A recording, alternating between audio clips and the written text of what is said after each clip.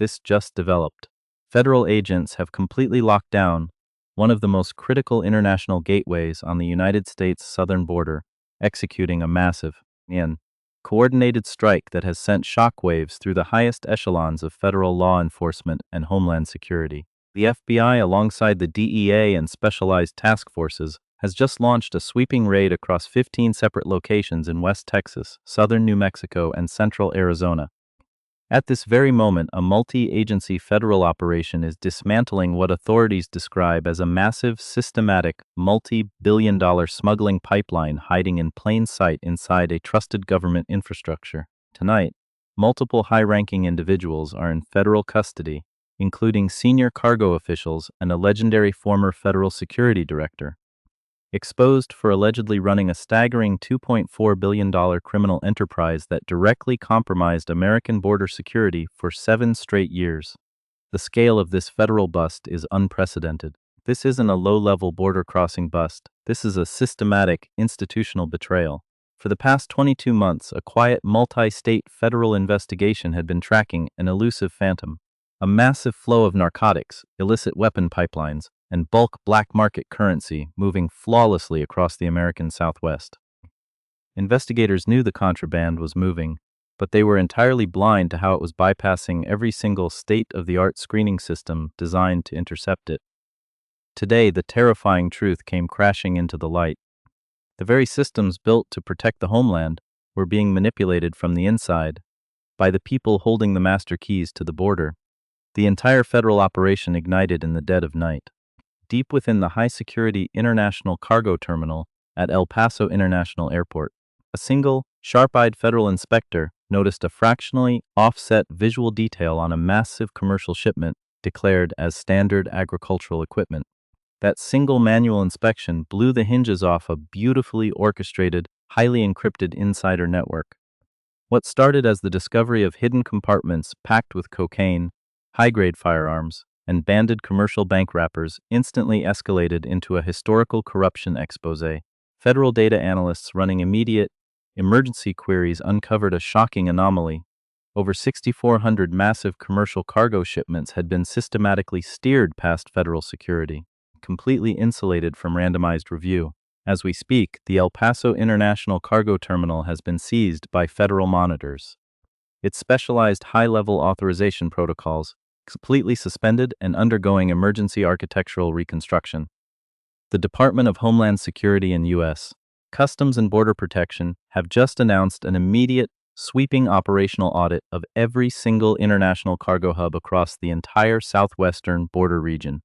Investigators are working frantically tonight to trace the full fallout of this multi-billion-dollar corridor, which has flooded communities across Arizona, New Mexico, Texas, and Colorado with contraband, while simultaneously fueling violent crime cartels across at least 4 Mexican states. In the next segment, you will see exactly who engineered this invisible timing system, how a highly decorated director used an exclusive federal override code to bypass security thousands of times, and the astonishing identity of the brilliant mastermind, known only in encrypted networks as the quartermaster. At the absolute center of this multi-billion-dollar federal corruption case stand 2 highly influential figures whose public profiles represented the gold standard of institutional trust, but whose secret operations systematically compromised the security of the United States border.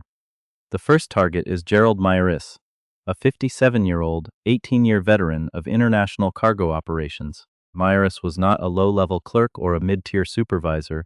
7 years ago, he was promoted to the position of Director of International Cargo Operations at El Paso International Airport. He was a highly respected logistical authority, even receiving 2 prestigious industry awards for cargo logistics innovation.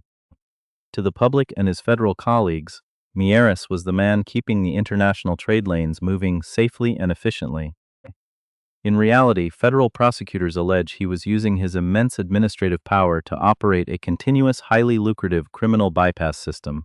The second mastermind behind this operation is 62-year-old Linda Ostrander, a woman possessing an unparalleled, terrifying level of insider knowledge. Ostrander was a former deputy director for international cargo security at U.S. Customs and Border Protection. Prior to that elite appointment, she spent 15 years as a senior policy advisor at the Department of Homeland Security within the Office of Strategy, Policy and Plans, explicitly specializing in commercial cargo screening protocols. Even more critical to this conspiracy, Ostrander had previously spent 10 years working as a field operations officer for CBP at the exact same El Paso International Cargo Terminal. She literally helped write the book on how the United States inspects international freight. Together, Myers and Ostrander formed an unstoppable, highly sophisticated alliance that exploited the exact security systems they were paid to design and enforce. The mechanisms of this $2.4 billion scheme was mathematically brilliant, built entirely on exploiting the foundational architecture of modern border enforcement. Federal cargo screening is not designed to manually search every single piece of freight. Instead, the entire system relies heavily on automated randomization algorithms to flag shipments for secondary inspection. Ostrander, using her decades of elite security planning experience, understood exactly how these automated timing windows and randomized selectors operated. Inside the highly encrypted communications archives extracted by federal cyber analysts, Ostrander's operational philosophy was laid bare under her criminal code name, the Quartermaster.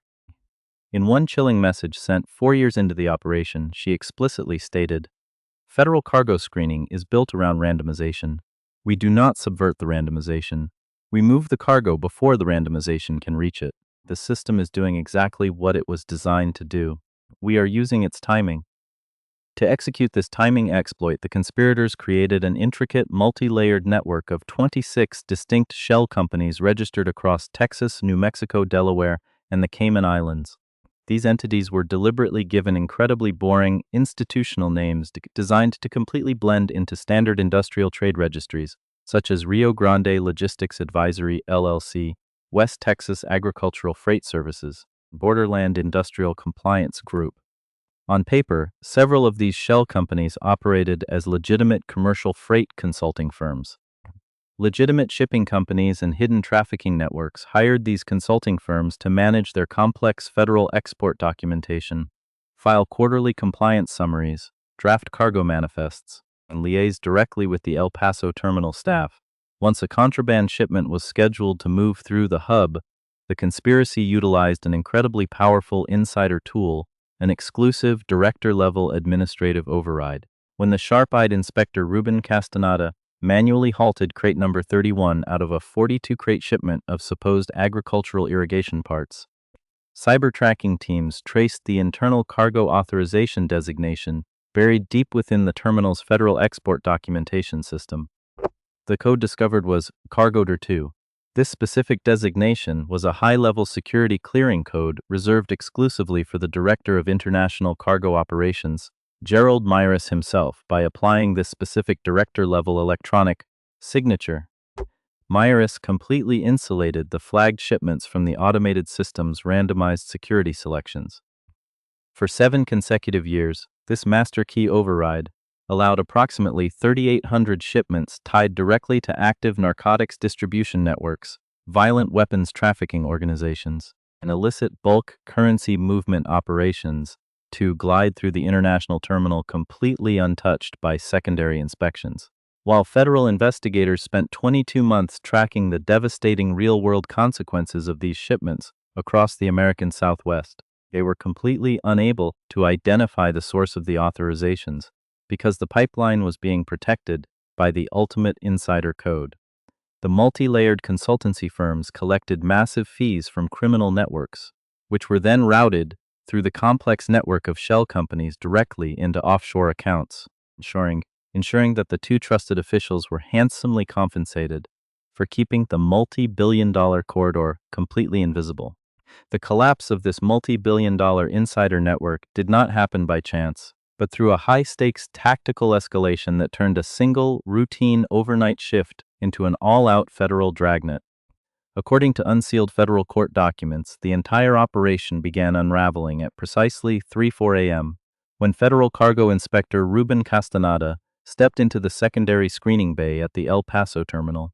For 11 years, Castaneda had maintained a flawless mental archive of the visual rhythm of commercial agricultural freight. Crate number 31, part of a 42-crate shipment bound for a southern New Mexico distribution warehouse, instantly broke that rhythm. Court records reveal the wood grain on the side panels was anomalously dark.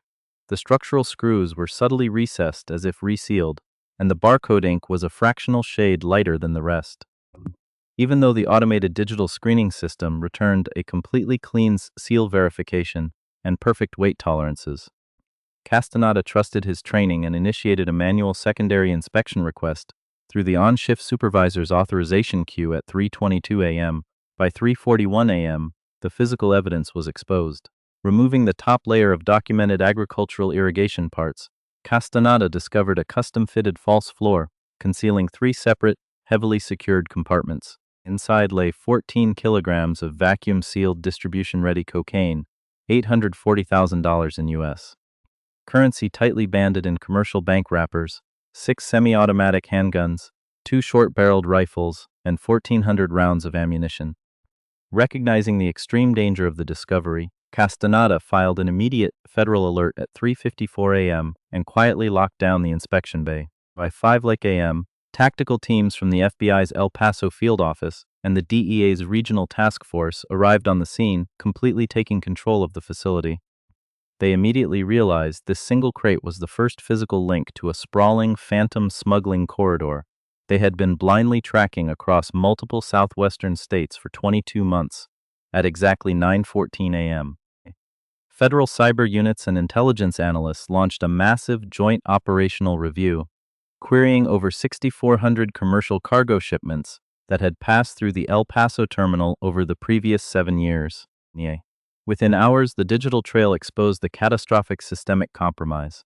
The director-level override code, CargoDir2, had been used continuously to shield illicit shipments from randomized screening. At 1:48 p.m., FBI cyber analysts successfully traced an encrypted communications channel back to a private, unauthorized server operating out of a seemingly ordinary commercial office in Las Cruces, New Mexico, registered to Southwest Freight Strategies, LLC. Federal employment databases instantly flagged the corporate agent on the filing as Linda Ostrander, the former CBP deputy director. Armed with definitive digital evidence, financial tracing logs, and encrypted text logs showing direct coordination with regional trafficking networks, investigators secured simultaneous federal search and arrest warrants from a federal judge in the Western District of Texas at 4:12 p.m. At 4:46 p.m., the synchronized tactical strike went live across 15 separate locations. According to law enforcement sources, federal agents executed a hard entry into the secured administrative wing of the El Paso International Cargo Terminal Administration Building. Director Gerald Mayeris was detained in his office without resistance in the middle of a routine administrative session. A meticulous sweep of his office yielded 3 desktop computers, an external hard drive cleverly concealed inside a hollowed-out cargo logistics reference manual on his bookshelf, a locked credenza packed with printed cargo authorization summaries featuring handwritten criminal reference codes, and $138,000 in cash stuffed into a desk drawer. Simultaneously, federal tactical units swarmed Mayeris's private residence in El Paso County. While his family watched in shock, agents recovered 4 active burner phones, a home office laptop with a live encrypted messaging session running, and a hidden floor safe in the primary closet containing $560,000 in bulk cash, 12 solid gold bars, and highly sensitive offshore banking documentation linking him straight to accounts in the Cayman Islands and Panama. The raid hitting the Las Cruces office of Southwest Freight Strategies unfolded with extreme urgency. Federal agents breached the entrance to find Linda Ostrander inside, with an industrial document shredder actively running. Behind a built-in cabinet in a rear office, agents discovered a hidden black rack-mounted server running hot and actively transmitting data over the encrypted network. FBI cyber analysts initiated an immediate emergency extraction of the active data stream before the infrastructure could be remotely wiped. Ostrander was placed in federal handcuffs on the spot. Simultaneously, DEA agents led a high-risk tactical entry into the Rio Grande Logistics Records Facility in Anthony, New Mexico. On paper, it was a boring record center. In reality, it was a heavily fortified coordination hub for regional cartels. Agents discovered a hidden interior section constructed entirely behind a false wall, seizing a staggering $5.6 million in undeclared, illicit cash. The momentum carried over to Ostrander's private estate in Mesilla, New Mexico. Investigators executing the search warrant uncovered a sophisticated home office server hidden behind a library cabinet, holding backup data drives detailing the full 7 years of the conspiracy. They bypassed a hidden wall safe containing $640,000 in cash, along with duplicate offshore banking records, and discovered a secret floor compartment containing 6 foreign passports, 5 of which were completely fabricated under different identities. Minutes later, federal agents executed a total freeze and seizure at a private aviation fueling operation at Las Cruces International Airport, which sources confirm served as a secondary staging point for high-value contraband transfers. Across 9 additional regional locations, including 7 shell company offices and the residences of 3 compromised senior cargo officials operating directly under Mayeris, the federal dragnet closed completely, securing massive stacks of financial evidence, operational servers, and bringing the total number of primary targets detained in this historic border security sweep to 5 high-ranking operators. The total destruction of this institutional smuggling corridor marks one of the most damning systemic failures in the history of American border enforcement.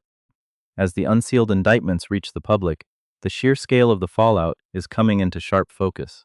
Of the 6,400 flagged cargo shipments that Director Gerald Mayeris systematically insulated from security screening over a 7-year window, federal intelligence databases have officially tied approximately 3,800 of them directly to active narcotics distribution networks, illicit international weapons trafficking organizations, and massive bulk currency movement operations. The combined wholesale and street value of the contraband that quietly glided through the El Paso terminal is now estimated at a staggering $2.4 billion. Tonight, federal judges have ordered the complete immediate freezing of all assets tied to the 26 shell companies utilized in the scheme, locking down millions of dollars across bank accounts in Texas, New Mexico, Delaware, and the Cayman Islands. The legal next steps for the 5 primary targets currently sitting in federal holding are swift and severe. Gerald Mayeris and Linda Ostrander face a laundry list of heavy federal charges, including conspiracy to import controlled substances, illegal weapons trafficking, major money laundering, and conspiracy to defraud the United States government. Legal experts confirm that under federal sentencing guidelines, both high-ranking officials face mandatory minimum sentences that could effectively amount to life behind bars. Meanwhile, the 3 senior cargo officials swept up in the simultaneous raids are reportedly being pressured by federal prosecutors to cooperate, as investigators aggressively look to see if this corruption network extends to other major transit hubs along the southern border. The operational response from Washington has been immediate and uncompromising. The El Paso International Cargo Terminal remains under strict direct federal monitoring by a specialized team of Homeland Security investigators. The director-level administrative override pathway has been completely suspended and is currently being entirely rebuilt from the architectural level upward. Moving forward, a newly designed multi-layered authentication matrix will prevent any single director-level official from unilaterally steering a shipment around randomized federal screening systems. Furthermore, U.S. Customs and Border Protection has officially launched an emergency operational audit across every single international cargo hub in the southwestern border region to determine if similar protocol vulnerabilities are being actively exploited. Elsewhere, the wider societal and geopolitical impact of this multi-billion-dollar breach is devastating. For 7 years, the massive quantities of narcotics that bypassed this single terminal flooded communities across Arizona, New Mexico, Texas, and southern Colorado, tearing through local families while local law enforcement fought a losing battle against a phantom supply chain. Concurrently, the thousands of illegal firearms smuggled outbound through the corrupted El Paso pipeline poured directly into northern Mexico. Federal tracing teams are currently working with international authorities to track weapon recoveries from violent cartel crime scenes across at least 4 Mexican states, directly linking the bloodshed back to the insider authorization signed by Gerald Mayeris. The entire multi-billion-dollar network was ultimately brought down not by a complex digital algorithm, but by the relentless discipline of a single man. Federal Cargo Inspector Ruben Castaneda who returned to work just 3 days after the raids under high-level federal protection, caught a minor material discrepancy that no automated system was designed to detect. Ironically, court documents reveal that the visual material consistency protocol Castaneda used to spot the off-color wood grain had been formally recommended 14 years earlier in an internal CBP security review. The author of that exact security review was none other than Linda Ostrander herself. She identified the protocol gap, watched the agency quietly shelf her recommendations, retired the following year, and then spent the next 7 years ruthlessly exploiting the exact security vulnerability she had warned the government about. It exposes a chilling reality. If a $2.4 billion criminal enterprise can operate undetected for 7 years inside one of the nation's most heavily fortified cargo terminals, the true vulnerability isn't the technology we deploy, but the trusted insiders we put in charge of it. If you believe insider corruption like this must be exposed to the light,